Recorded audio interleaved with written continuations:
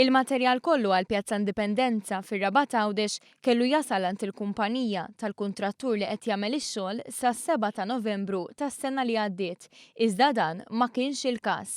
Għal dan il-kuntrattur Mario Gatt fittra lil One News. Spjega kif il-kumpanija li tfornih bil-materjal, Gozo Concrete Products Limited, qed tippretendi li titħallas ta' materjal li għadu fil-pussess tagħha u dan imur kontra l-ftehim bejn iż-żewġ naħat. Mario Gatt kienet jirreaġixxi għal dikjarazzjoni tal-fornitur li qal li hu ma kienx tħallas u għalhekk m'għaddix il-materjal biex il-kuntrattur ikompli jaħdem fuq il-pjazza. Il-kuntrattur għamilha ċara li huwa ħallas tal-materjal li natalu u żied li dan kollu huwa sostanzjat bi provi dokumentati.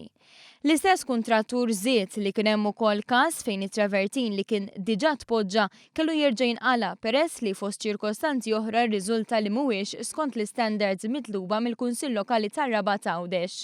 F'Settembru tas-sena li għaddiet, il-kuntrattur Mario Gatt għamel ukoll tajjeb biex il-kumpanija tal-fornitur tingħata l-finanzjament kollu meħtieġ ħalli jinġab il-materjali relattiv għal dan il-proġett. Mario Gatt qal li bekk il-fornitur kellu serħan il-moħħ li kien se jitħallas.